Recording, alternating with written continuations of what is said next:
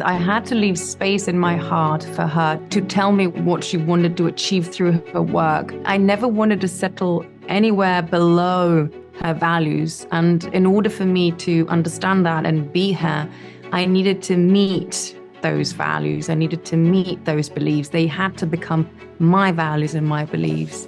I'm Ted Baer, publisher of Movieguide. I love the movie. So how did you go to being such an incredible person as Cabrini? I always felt I was her. I have to be honest. There wasn't a moment when I didn't feel, when I felt disconnected. The only time it was when we wrapped the day and I went back home to my husband when he joined me, because most of the time I was on my own. Then eventually I just said, "Come here," because I need some hugs. But I was always very focused because I needed her to inhabit me, in a sense that ultimately it's this: I had to leave space in my heart for her to speak to me, to tell me what she wanted to achieve through her work, why, I never wanted to settle anywhere below her values. And in order for me to understand that and be her, I needed to meet those values. I needed to meet those beliefs. They had to become my values and my beliefs. And that's how I managed to, carry on for 3 months straight. You did a great job. Did you Thank you. make the analogy with Mother Teresa by any chance? No, yes, no. She came in our conversations quite often. Absolutely. Yes, of course. They were two remarkable women. I didn't want to get distracted, though, even though they are two completely different things in different eras. But I definitely we mentioned her a few times, so it was a reference for me in some way. David, you played a nice archbishop who was a little bit of a villain here.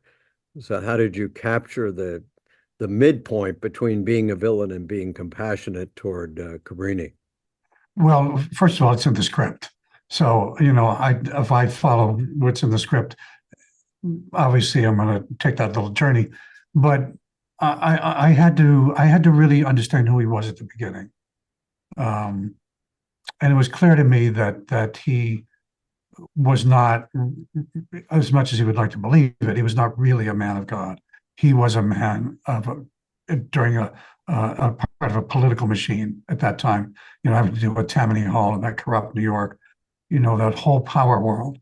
And he was very much a part of that, really at the top of it. And, the church, that's the world he was moving in. He was not moving in the world of Mother Cabrini. And so just beginning there and knowing where he was going to end up in that carriage with her and that beautiful story he tells, I just had to find all that stuff in between. And that's the fun of doing it. And I love doing that. I can't think of him as a villain.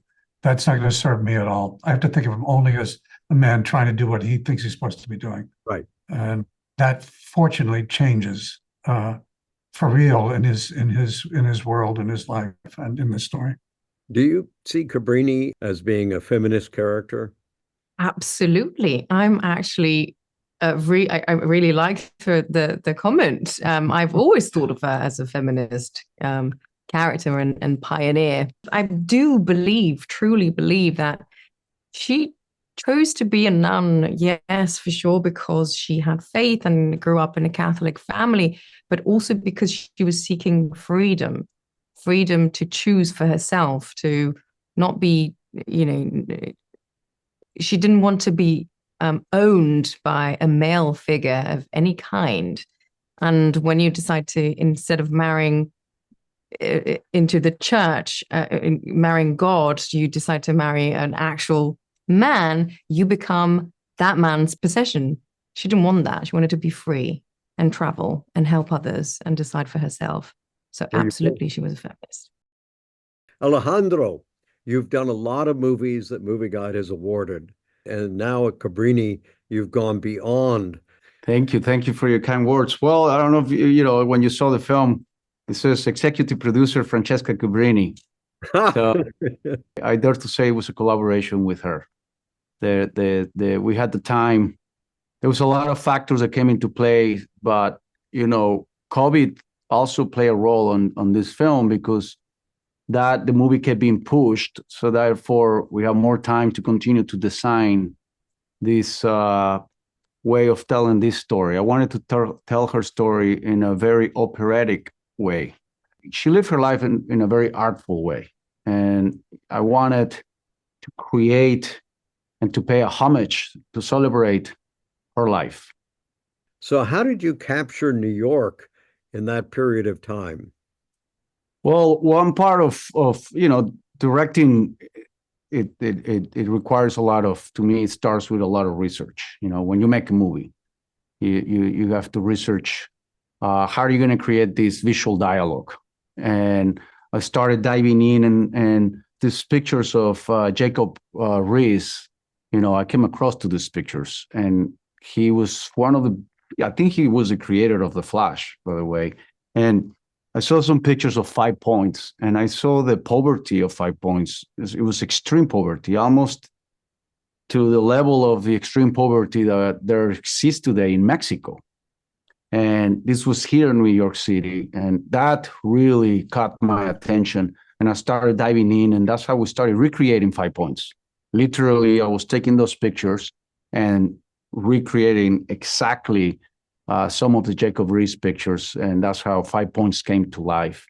And then New York, we shot in Buffalo, and Buffalo used to be kind of like the powerful city in the mid 1800s. There's a lot of the architecture in there. There's some powerful and beautiful buildings.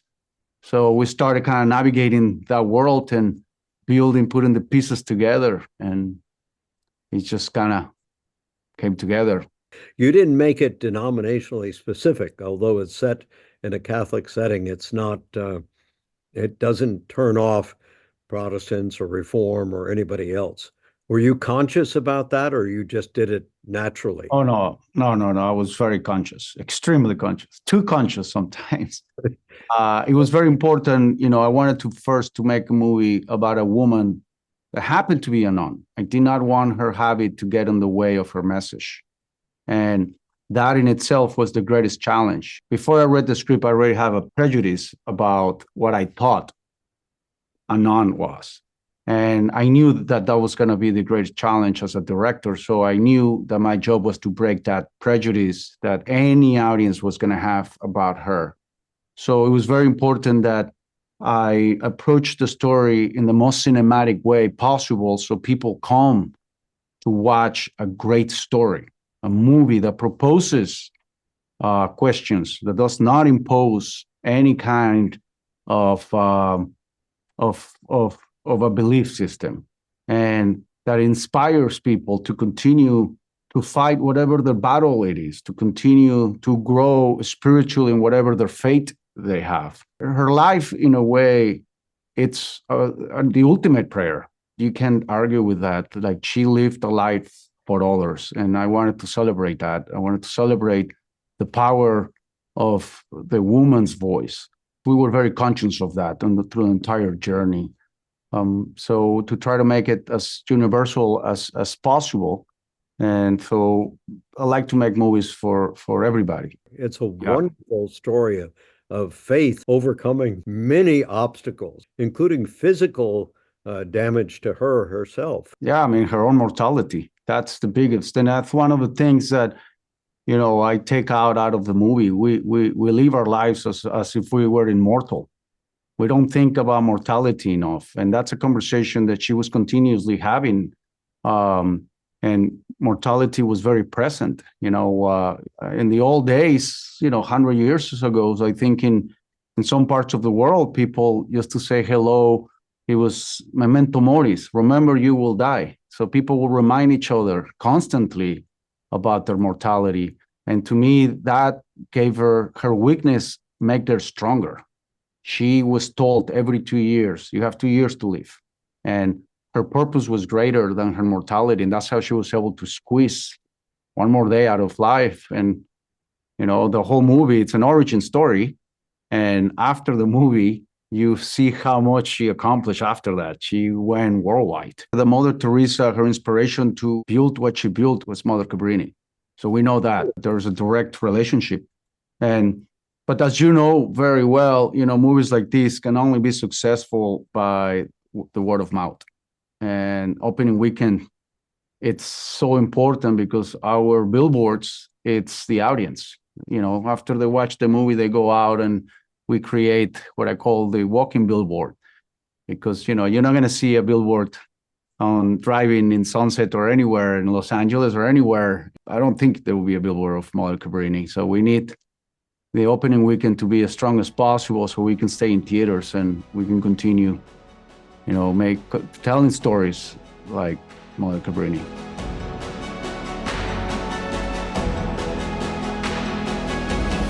If you enjoy videos that follow your values like ours and you want to help us continue, go to movieguide.org/donate because we're actually a nonprofit. You may not know that, but we're working in Hollywood every day to help families have more choices that follows their values. And also subscribe right now.